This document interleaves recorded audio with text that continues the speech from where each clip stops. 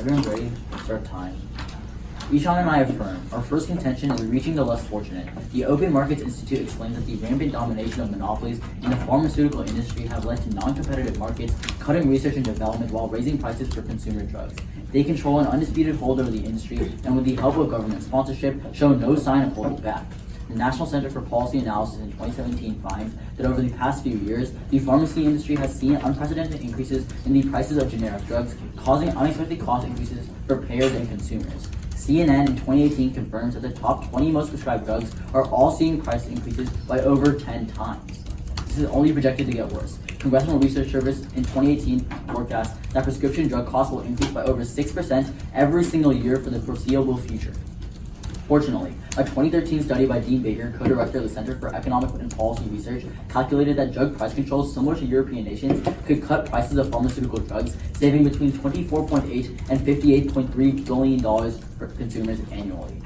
Definitionally, a price control caps the amount large corporations can charge for necessary drugs, forcing affordability for American consumers. In contrast, Levi of the Pharma Letter in 2018 writes that many large companies that accrue wealth from high drug prices use these excess profits to rapidly expand mergers and acquisitions across the board of the pharmaceutical industry, expanding their monolithic power. More importantly, Greca, the University of Norwegian Economics, writes that by taking away these excess profits, price regulations would decrease the market share of monopolies by 37%, a shift never seen before. He concludes that price controls would finally accelerate an industry transition to generic drugs versus copycat brand name products, offering cheaper and more effective drugs to the American people.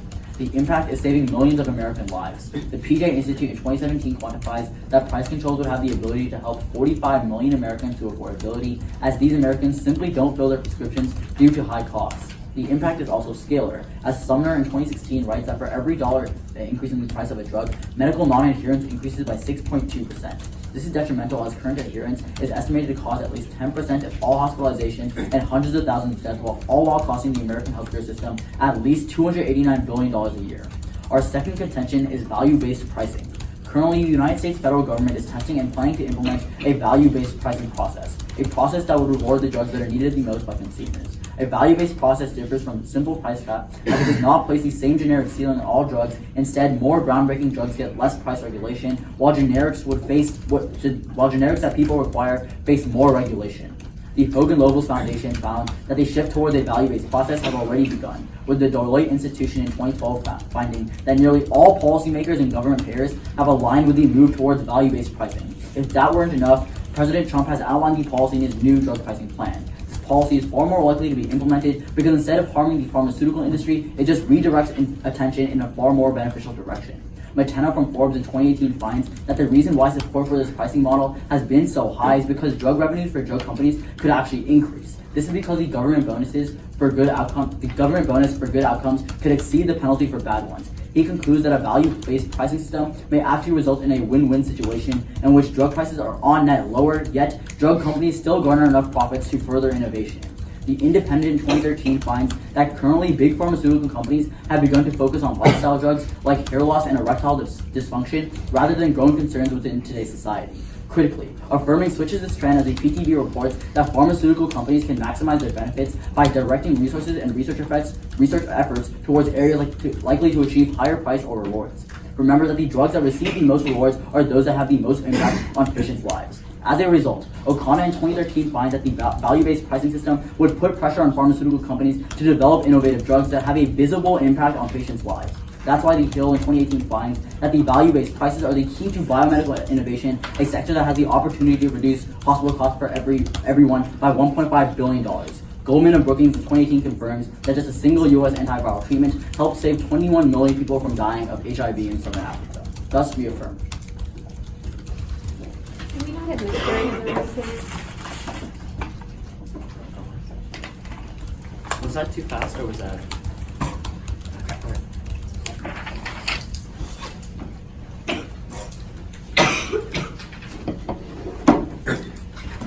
So if you don't mind, whenever it gets too fast, you might just raise your hand.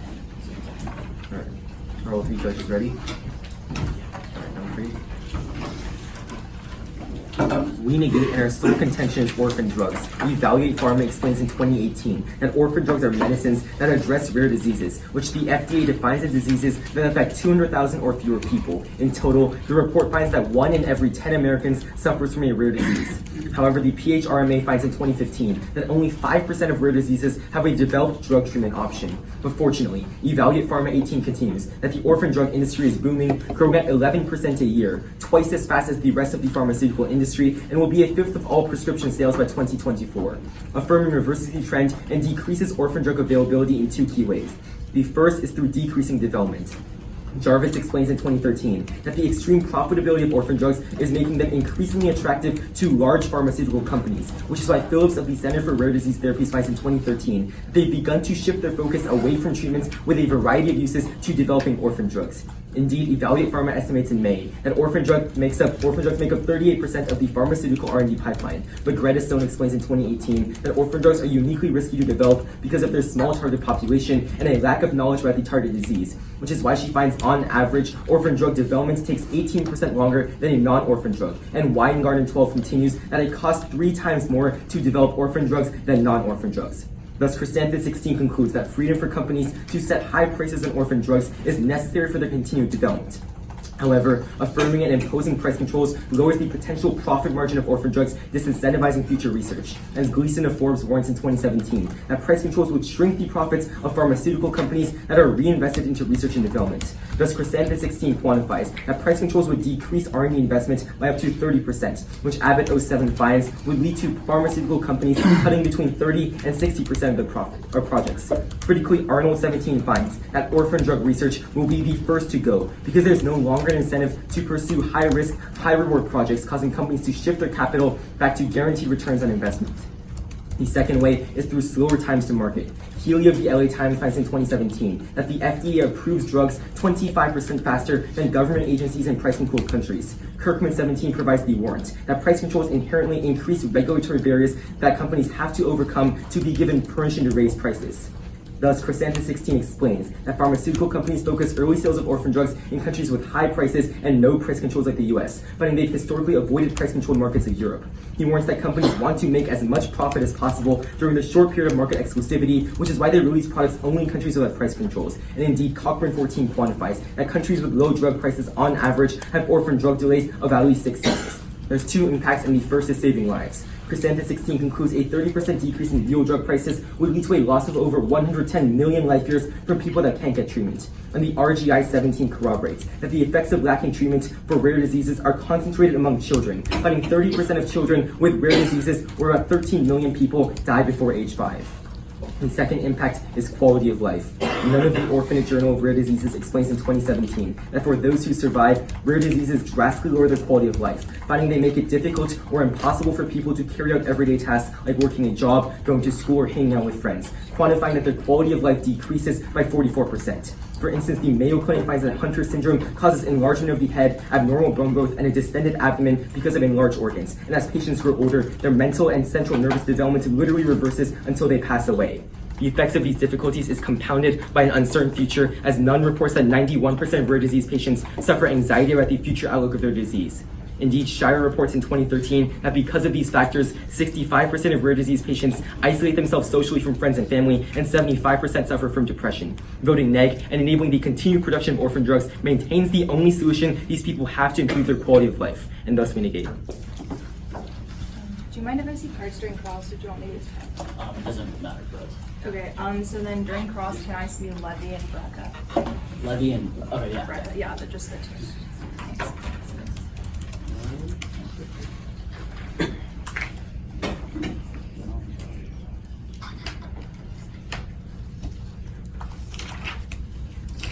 Alright, I'll show you Braca first. Oh, wait, you wanted them both in cross, right? Yeah, I mean, Yeah, I'll just move it around so I can scroll through it.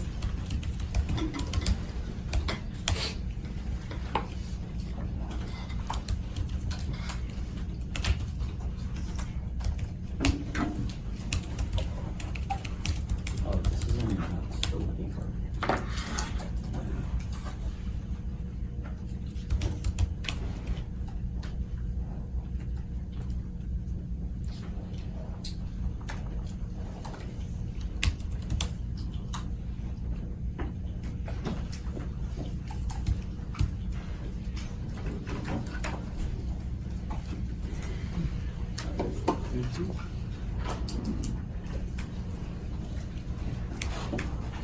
Sloppy. Oh wait, I'll just show you. Wait. I'll move the desktops next to each other.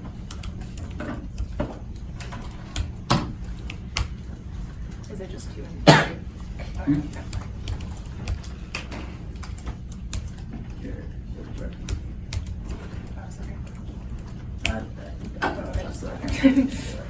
Let me. Okay, cool. Thank you. I'll just look at it when cross. Yeah.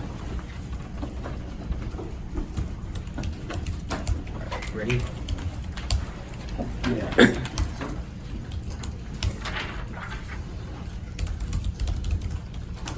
So we'll switch cars.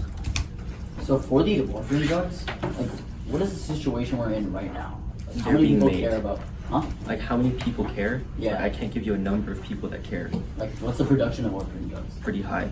right now? Yeah. And that goes away when you affirm? Yeah. Why?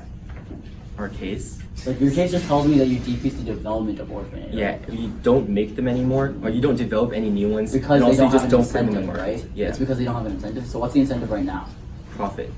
So why is that? Oh, so it's just the profit margins are smaller when you affirm because of the That's profit control. part of it, yeah. Okay, that's it. You got a question. Yeah, so let's talk about this like argument about monopolies, right? Yeah. So like when you're saying like the price is increasing for generics, right? Yeah. Can people afford generics in the status quo? No. That's ridiculous. They're like still really cheap, right? Like how much I have the mean, price like, of generics I'm increased? telling you that people No, you're right reading now, us like these prices have been rising to the By point how where they much? don't- 6% every single year. of generics alone. Yeah. I highly doubt that generic I mean, you prices can aren't call for rising the by card. that That's, I'm much. fine with you calling. Okay, for and like prices. how much do generics cost after the 6% increase, right? Like 6% increases in like It's generic. 6% like, every single year. I can't. Yeah, give okay, you so how like much it's gonna generic like happen in Advil costs like 2050. $10. A 6% increase is like 60 cents. Or like my point is generics are cheap, right? You make 6%, No, it's no, not no. like a giant Generics number. are not affordable right now. No, my you want a point card is for that? gen- I'll give it to you. I mean, sure, And then if you wanna on read top that, of that, sure. I'll tell you that 6% of that it increases the price increases by 6% every single year. We'll call for that, I'm sure. Sure. But do you want a question? Yeah. The impact on orphan drugs. Yeah. It's just that you're pushing the people that like need these orphan drugs more into like poverty or depression. No, it's right? those drugs literally don't exist anymore. So they get pushed more into poverty. So no, because if they don't have access to the drug, No, what happens? no, it's not that they don't have access to the drug. So they either die like as a child, like early on, or if they survive, they have a decreased quality of life. So they get like what is the decrease in quality of life? I explained to you, right? Like the depression argument, right? So they just Not entirely. It's basically just saying like these people like can't do a lot of everyday things, and part of that is what leads to depression, but it's not the. So it's just a only impact. marginalization impact, right? Like these people won't be able to get it in a pro world, right? This Yeah. specific group of orphans. All the 30 million people just won't be able to get it. Yeah. Sure. Yeah, you have a question. Yeah. So let's talk about value-based pricing, Yeah. right? So like, would orphan drugs be affected by value-based pricing? Like with it, yeah, we would say that value-based pricing actually focuses on innovative drugs. Why? You say that. Yeah. You Okay. say So that's like the drugs that entire help, like quote, topical like the that's, most people. yeah, that's my right? entire advocacy. I'm telling you why value-based pricing is good, and the reason it is good is because value-based pricing puts fewer price Alright. controls on drugs that are actually innovative, So, like these orphan what drugs. countries have value-based pricing right now? India. And like Germany, right? Sure, I guess. Cool. So like, what happens in India? Like, what's the like situation India of has orphan found drugs that in on India? net these value-based What's the pricing have been- situation of orphan drugs in India? Wait, what? What's you the know, you realize that the situation price of controls. orphan drugs in You realize India? that the You say description they're in and India. the Could just details- answer my question. I'm getting there, right? The Okay. description, the details of price controls are different for countries, but they use the same system of a value-based Alright, sure. pricing.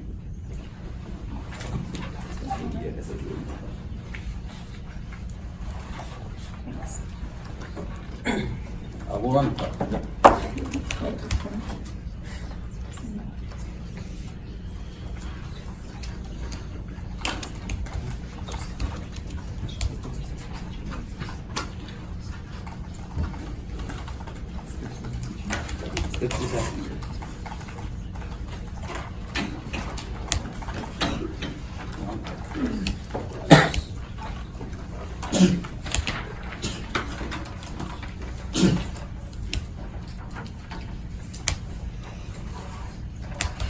Everyone's good? Just down to this.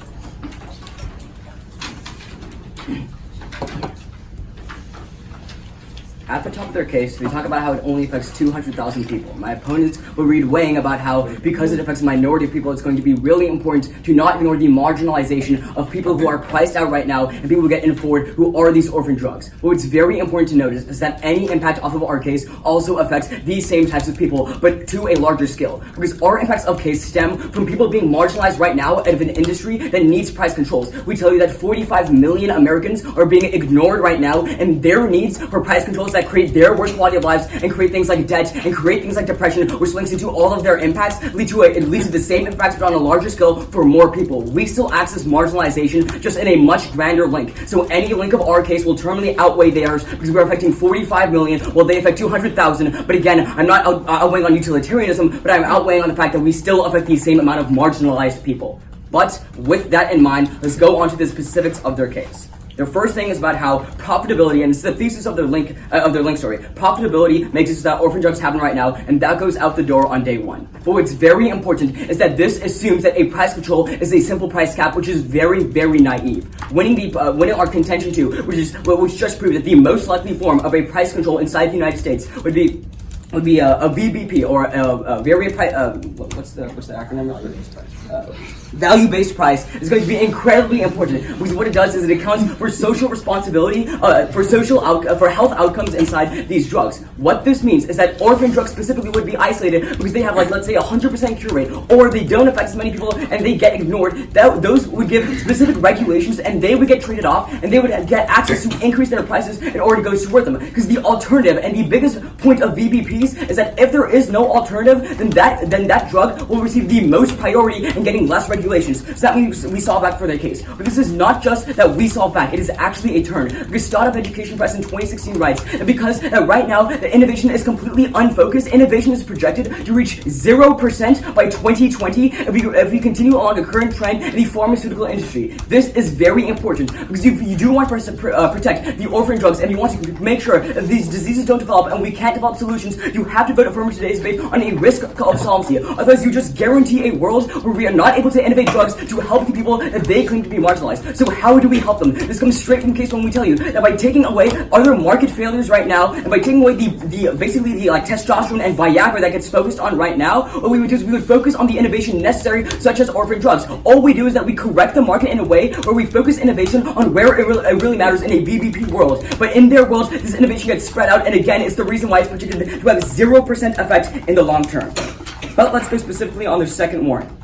Their whole premise is that the FDA is going to set regulations and that is going to really affect people. But this argument is simply outdated. We would say that their logic that the FDA is taking action is going to be really important in going against them. Because the NPR in September of 2017 explains that the FDA is already resolving the issues of orphan drugs in the status quo through ways other than price controls. And that would continue even in a pro world, even if you don't buy our advocacy. The head of the EPA, Scott Gitshub, had a 3-part plan that has already been commenced. And it goes like this. The first thing to do is they eliminate backlog for orphan drugs, which was the big cause why people didn't get access to them in the first place. It was also a reason why prices are so high right now, and the evidence they read about 3 times increase in price to go into it to create orphan drugs exists right now. Eliminating that backlog makes it cheaper and makes it that we still get access to it in our world. The second thing they did was they approved drug superiority, as in it would be easier to invest inside these types of drugs if everyone has to compete on the same playing field. If every company has a cap of which they had to meet. But it very specifically, a drug superiority of orphan drugs would mean that it's way more lucrative to invest in it only in a price-controlled world. Again, this is already being implemented along with the price control plan. The third and final thing is that it requires that proper pediatric studies can be conducted right now. What we would tell you is that clinical trials are things that are way lacking for other sort of sectors. By solving back for that impact right now, we've been able to show that in both worlds, we're solving back for orphan drugs. Again, the real offense comes off of our case. Thank you.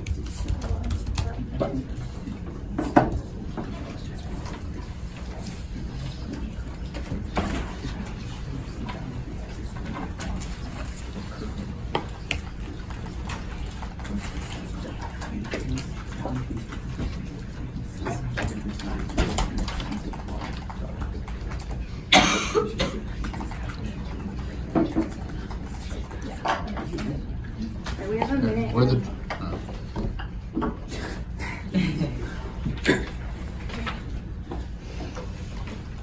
Okay. We have a minute and 34 seconds now.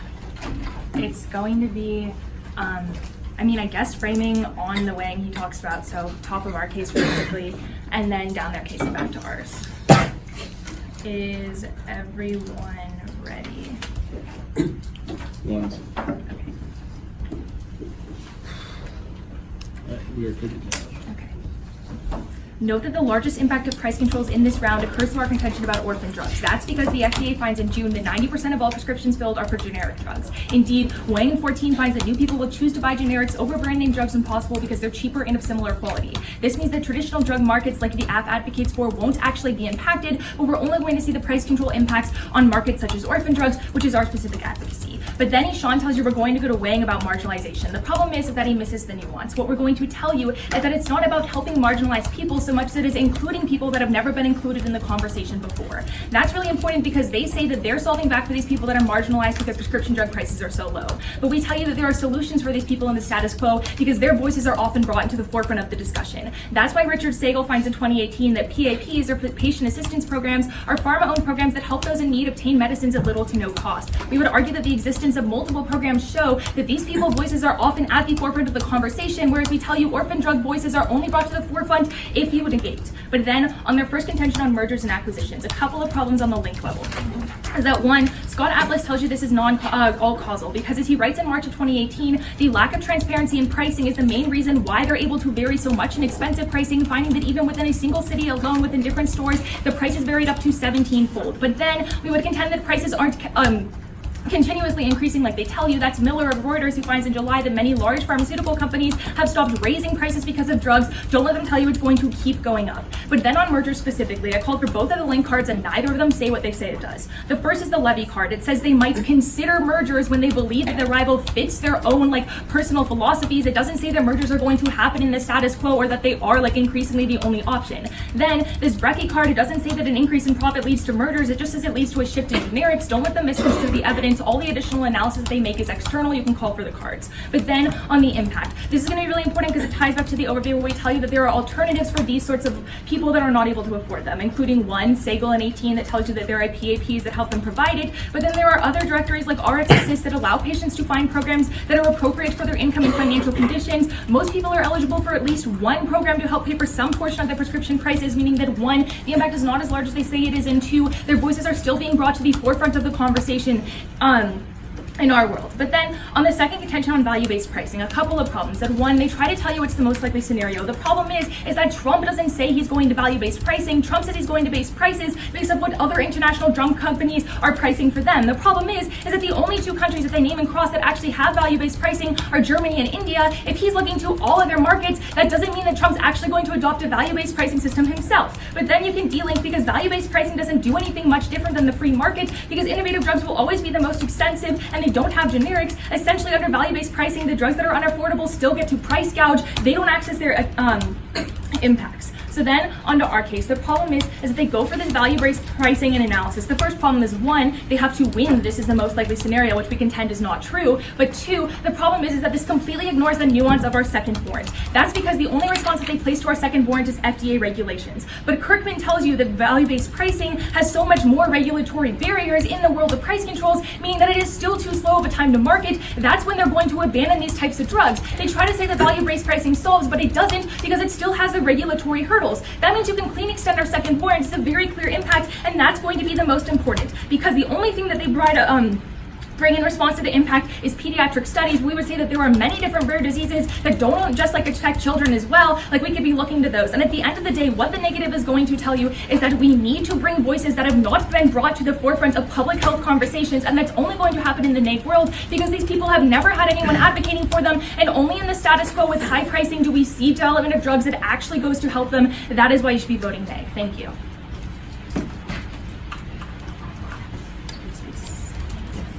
We did, yeah, okay.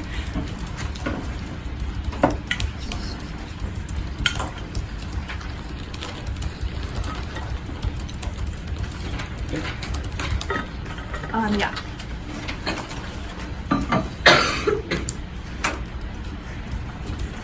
So once a discussion has been created about marginalized groups, do those discussions generally tend to go away in society? What do you mean? like if I create discourse around a marginalized group, Well, we're not do they arguing about generally get creating forgotten about? discourse. It's not an argument about creating discourse in round. It's an argument about how I only know. in the status I'm not quo. talking about in round. I'm talking about I right now would through contend policies. that- Like discourse is a vague term. It's like quality discourse, all that, right? Okay, sure. My I would argument is con- that once we create that discourse, how often does that generally go away? I would contend that like depends on what the discourse is specifically about. Like we've had different like varied social movements over the years, and like some have had discourse that's stuck, others have had discourse that's been changed or completely ignored. I would say that you can't like group all of them together. Yeah, so let's be specific then. Discourse about marginalized social groups in America. Again, I would say that that's most of the discourse we're talking about with social movements anyway. Exactly. If you're So asking do they for the generally go away, or okay, have they if you're stayed? asking for the nuance about how like, oh, in the status quo they've already started solving, and then that means that if we affirm, like the discourse will still be there. What we're talking about is like continual discourse and like advocation within these policies, but also just the discourse so that they actually have drugs I created. feel like you just said my point. Continual discourse is what I'm saying. That the discourse will continue. No, we say that it doesn't if you affirm. That's Yeah, our and my case. point is that once you have created the discourse, as has been proven Okay, right now, cool. there's no reason for it to So strip the away. problem So my is- question to you is, has that Can I happened for answer other it? types of discourse? We're going to say that you can't, one, compare this to other types of discourse, and two, the nuance here is that we're specifically talking about like discussions and innovating drugs for these people. Now, can I ask a question? Sure. Okay, so you go for value-based pricing and you say that Trump proposes it, right? Yeah. How? So Trump releases a plan saying that pharmaceutical plans. No, like you said price Trump controls will did have this. propose it. What did Trump say that said, I am going to institute value-based He pricing? literally said word for word in his plan that it will be value-based pricing. I will show you the evidence after Okay, class. then I'll talk about it. Yeah, sure. So I want to get back to this idea of like momentum happening right now. If we prove that outside of like a price-based structure is the reason that reforms are happening, then we gain access to orphan controls. Correct. Just Not if theoretically. we, no, because if we Why? can still prove that if you affirm all of that discourse is going to be stopped and there aren't going to be But if drugs, the then re- we still okay. access our but impact. if the reason that reforms are happening are separate and not related to prices, I mean, are you then why would talking they about go like the away? Orphan Drug Act? Because we can talk about that specifically. I'm not talking about the orphan Okay, drug well act. then I guess like what are you talking about then outside of prices? I mean, I gave you like 3 examples. You give the What about- FDA regulation analysis. I give 3 different FDA regulations. Okay, you know what? Again, Ben will talk about it in summary. Can I ask you a question? No, but no, I just Can want I- to it's my turn to ask you a hypothetically, question. like if I got that outside of prices, I would win that argument. Right? No, because we would still contend that if you affirm, we still trigger our impact. If you affirm, that's my case. What? Yeah, if you affirm, you trigger our disad, Which is what? which is that like our entire case, they get lower quality of life, they're So shut you out of the responded conversation. to my question about your case by saying that your case is true. No, I responded to your question saying that there's nuance in an argument, and I'm not going to let you just You're not tell going me to to like go concede into the nuance of something the across. argument? You would Well, rather just first say of that all, you there didn't is let me nuance? answer the question, but there's no time left. Okay. Did you guys want to see the Trump part? Huh? Huh?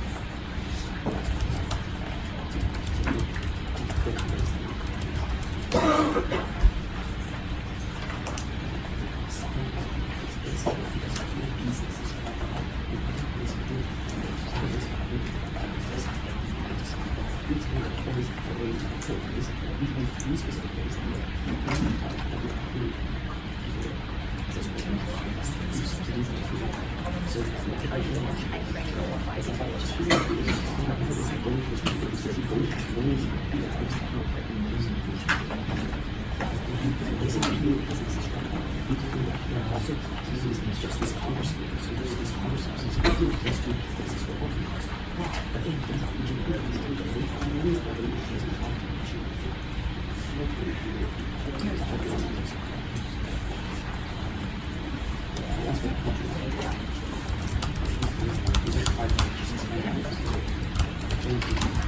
right. No, good.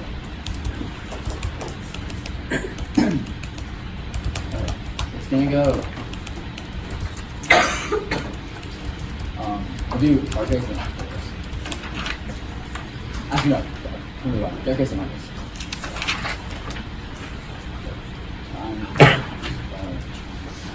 On demarginalization of maybe one response says the orphan drugs will finally give a platform for people who don't have access to drugs, a platform for them to access to drugs. But it's the exact same thing that we have been saying all around. The marginalization of people getting marginalized by these monopolies still have a far greater effect on these people because there's 45 million lives versus the 200,000 lives that they access. It's an easy way to outweigh. But then, on the entire argument about the FDA, they say that PAPs exist right now. But the argument still stands. It still says that there are policies right now that still allow these orphan drugs to reach the people. But we would say that these actually don't the drugs that are recently orphan drugs, people who need the orphan drugs are not actually beneficial, as we can still see 45 million people getting pushed into marginalization efforts right now. But then the second response comes from the Crew Institute that says that right now the FDA is already solving backwards as they are granting tax credits to companies that produce orphan drugs. This is very important because you can see orphan drugs on the rise. They gain no access to any of their impacts. Then in our case, she first reads this response that prices are actually decreasing right now from July. This is very important because our card from the Congressional Research Institute literally 2 weeks ago says that prices are expected to increase 6.6% every single year until 2026. We would say you prefer this because it's more recent. But then she also reads two indexes to Leva and Bracket Card. You can literally call for the card. It's very explicit in saying that the excess resources that these monopolies have are used to push marginalization efforts even higher. And the Bracket Card that says that getting rid of these excess revenues by literally passing a price control would allow 37% a decrease in monopolies. That's very important because at the point where you decrease monopolies by 37%, you're saving these 45 million people who are getting marginalized their lives. Then, on the entire point about BBPs, what's very important is she says that Trump is going to go off of other markets. But Trump has literally said in his plan, very word for word, that says that price-based, value-based pricing is going to be the process that he uses. At that point, Trump is going to, the topicality still exists, Trump is going to pass it. Then she says that the value-based pricing actually don't do anything different. This is not true at all, because we actually funnel money towards innovative drugs. We would say this is very important because you actually save 45 million lives. That's the impact coming out of the pro world. Can we see that 37% decrease in monopolies? Yeah, I was just like, actually, just look at the FDA card. So. Oh, you pull FDA, I'll pull it. I got this FDA. I'll show you the full PDF. Is that fine? So for the FDA, it's really just like, I just need a couple of That's Is this the 37? Yeah, it's the whole thing. Oh wait, and which FDA argument? Do you want to see the Crew evidence? It's the one that's just like the regulations right now. Like incentives. Oh, the tax credits, right? Yeah.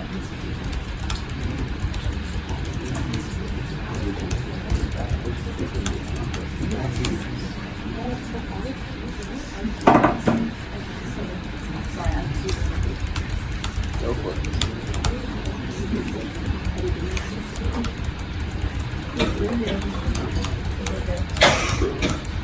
Reference pricing is competitive pricing. No.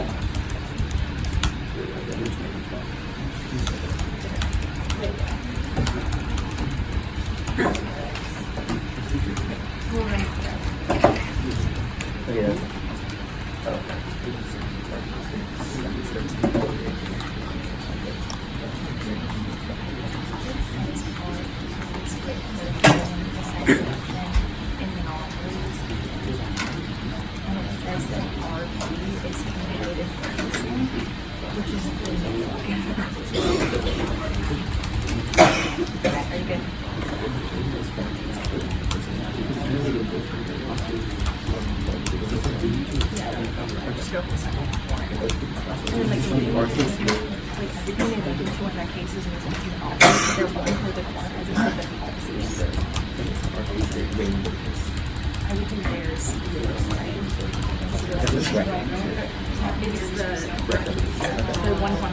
Okay, we have 11 seconds left.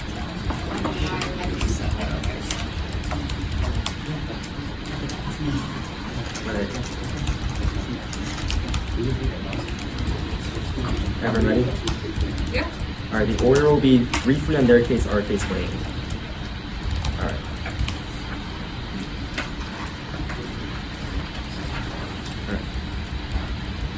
First, real brief on their case. Remember, PA tells you that there's other programs like Medicare available to help low-income people that can't afford the drugs we talk about. That's going to be really important when I go into the weighing at the end of this summary. But second, more importantly, call for the correct cannabis. It says that, quote, RP leads to a 37% reduction in monopolies. Look up what RP is. RP means reference pricing or competitive pricing, which is literally the neg. This turns their own evidence against them. It says the neg is what's causing reductions in monopolies. But then onto our case. They missed the nuance of our second warrant. Their first response is FDA regulations are promoting any status quo. That's fine. The problem is when they advocate for value-based pricing, which is the literal reason why these FDA regulations won't matter anymore and why the delays happen. Let's look to the two examples they tell you about VBPs. First is India and second is Germany. In India, our Cochrane evidence is very specific to India and tells you that because of Indian VBP, the delays of orphan drugs are at least 6 years. This is the reason why delays are happening in that country. You can see empirically in the past, value-based pricing has decreased availability of orphan drugs. But second, on Germany, Kirkman 17, who's never responded to, tells you that the value-based pricing in Germany means there's so many regulatory hoops to jump through to get any of the tax credits they talk about that companies just don't bother, right? They wait for their market exclusivity period to go away and then they can just avoid those loops altogether and sell in Germany later. That's really important when we're telling you that their own advocacy of value-based pricing is quite possibly literally the worst form of price control because it's the literal reason why these delays are so large in the status quo. That's really important when they don't respond to the impact from none who tells you that people with rare diseases have 44% decreased quality of life and 75% suffer from depression. The weighing is going to be really important here, right? We're both talking about marginalized people, but recognize the people they talk about that are marginalized have alternatives in the status quo, right? These people have Medicare and other programs that address their needs. We're talking about people that will not be included into the conversation whatsoever if the incentives of the negative go away, right? Because companies just won't focus on their needs anymore. Their only response to this is a continual discourse they brought up. The important part is none tells you these people don't want to discuss their experiences normally because stigma surrounds them and people don't understand their diseases. What's happening is because of the increased interest in rare disease in the status quo, because of pharmaceutical companies, that's the only reason the conversation is ever taking place. We contend when you remove that reason for the conversation stops, and as a result, the stigma will increase as we marginalize them further. That's me engaged.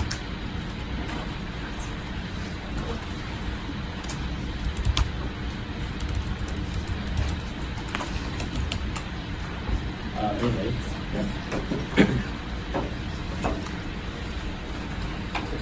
Start time. Do you guys agree this response about? Actually, I don't have a question. You have a question. I mean, Sure. So let's talk about the quantification for the mergers and acquisitions analysis you extend, Sure. right? So the study says RP, which is reference pricing, right? What is reference pricing? Reference pricing is a price control policy. Well, then why, if you look it up, does it say reference pricing, also known as competitive pricing, where you try to outprice? You Googled reference pricing. There's a ton of literature on this topic. Okay, so what, Like reference pricing. Because I didn't know what RP was in this study you provided. Blake I literally feel like- runs reference pricing as a form of price controls. I mean, again, Okay, I we would can just think explain what that reference you can pricing just is, provide right? a piece of, okay, What reference well, pricing is that if there's a specific if there's a specific thing that drug okay, companies the analysis argue that at. I should have known what an argument was before the round doesn't actually mean that I'm wrong. Wait, right? no, Like, yeah, you they're just not like saying that you shouldn't know. are It's It's saying fine. It's that, fine that you don't know about it, but it's the Okay, facts and at the the same time, reality. can you just you haven't provided a single piece of evidence? The study doesn't even say that reference pricing is price controls. The study Literally literally what? is about price controls of reference pricing, and also the definition of reference pricing is that is a type of price control on the pharmaceutical No, the industry. The reference literally part of is the evidence that competitive cluster pricing. of companies. Okay, I mean, Like what? I mean, okay, this is going nowhere. Do you want a question? Okay. No, you can have a question. I'm done with that question. Okay. So yeah, just real quick, let's just go to value-based pricing, right? Sure. Should we just look at what's already happened in the status quo with value-based pricing? Can we just look at a few Implement the examples? price control. Like just in general, around the world. You would say that VBPs. different price control policy in the United States is different than what happens in India. All right, sure. wait, so but we then that contend means we the- can't Yeah. analyze price controls at all. If you're just gonna No, say that I other just, countries no. don't count. You can as you can equal, analyze price like- controls in context of U.S. policy happening right now. Yeah. Yeah, and then Yeah, okay. sure. And so our warrants whatever will team stand. does that the best will win the round. All right, cool. And cross it. Oh no, I think just You can prep if you want. You know, 50 seconds. Okay. Okay, let's do that. we'll do that.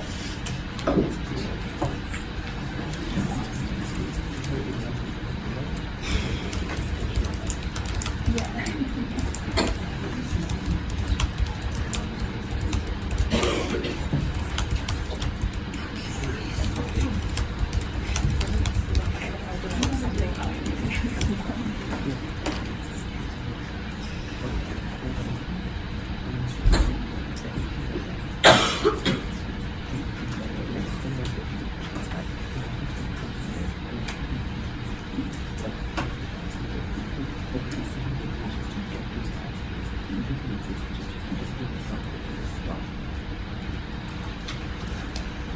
Okay, let's press. Yeah. Cross. That's cross. Yeah. We're going right. We're first. Yeah.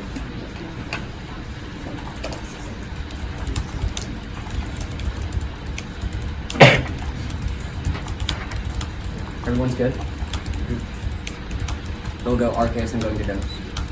Listen. On our case, they can see the uniqueness. The prices are on an upward trend right now and show no sign of stopping. At that point, you can literally just vote on the evidence that price controls definitionally, at least at a cap to the maximum that it can go. That means we gain access to at least some of these 45 million marginalized people right now not being solved back for, and some of their affordability being solved for in the long term. We have some risk of offense. We have some concrete offense on this contention. But with that in mind, the real place for voting is on VBPs, value-based pricing, which is very important in today's round. There's a couple of things that become really important. One, they can see the uniqueness as the most likely interpretation, so it's guaranteed going to happen. Their only arguments coming out of summary are twofold. That one, it's not working in India, and two, it's not working in Germany because it's been decreasing quality of life. But again, all of this goes to respond to in the rebuttal and summary. The defense is clean. One from NPR saying that their qualms are that in India there are huge backlogs right now, and that led to it being go. NPR says that we've already solved the backlogs right now. FDA policy is doing it right now. Then in Germany, they say that specific reasons is that high regulatory costs happen right now. Then we hear from the Crew Institute, which is read in summary and dropped in second summary, that these sort of regulations have been stripped away. In fact, they even created tax credits and loopholes so that orphan drugs can exist in both worlds. Again, they get no offense off of this argument because we clearly do that. So where does the offense come out of? With the clean extends the fact that a BBP would shift the type of innovation to those that focus on social responsibility and the amount of and the effectiveness of each drug. That means instead of spending things on Viagra, which is literally the status quo, we would shift towards more productive things like orphan drugs and help solve for long term. But even if you don't buy that, we would tell you the uniqueness is very much on our side. They dropped the terminal defense, which is placed on their case from stocks, and what it tells us is there is a 0% innovation by 2020 in any sector. Again, that means the only risk of solving for orphan drugs in the long term is by BBPs and by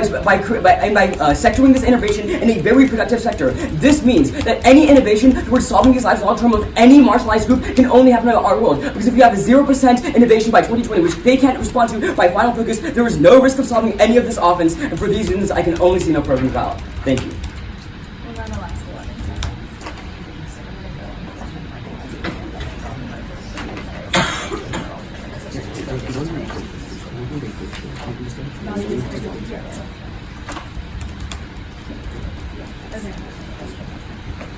It's gonna be on their case, ours, like major voters, I'll tell you right now. It's everyone that start on their case. They just try to go for straight impact of lives, but the problem is that we're weighing this round in terms of like marginalization and creating discussion, but they never respond to the fact is that we tell you there are programs like PAPs and income-based subsidy programs that exist in the status quo that allow these people to get drugs for low income, meaning one, they're not as marginalized in the same way that orphan drug people are, two, but this is going to be incredible mitigatory on any sort of like the lives impacts that they generate because they never respond to this analysis. You can clean extend it from rebuttal onwards. That's going to be a really clear place to like de-link most of their impacts. But then note that they dropped merger, said that only thing that leaves is value-based pricing. That's great because Ben has a lot of time in summary where he tells you that this concedes the link into our entire case. That's because the only response that Deshaun makes is that like the FDA solves for like these two problems with like Germany and India. But the problem is that we post-date because they tell you the FDA regulations haven't worked because we are from late 2017, meaning we're more relevant. That's why we find that with price controls in place, VBP is what actually makes the FDA regulations to be invalid because one, we find that in India that there are delays of 6 years regardless of whether or not we like slow down the backlogs because they have to go through so many other regulatory processes that they're just going to like turn away to other sort of like safer drug alternatives. But then in Germany, they try to tell you that we have tax credits, but we tell you that in the German system with value-based pricing, there's so many loopholes that they have to get in order to apply for the tax credits that they just forego them and decide to move onwards. That's why we're not seeing orphan drugs in any other market. But then they try to put this piece of terminal defense. The problem is that stock part isn't in summary. Don't let them extend it on to final focus. They never talk about the 0%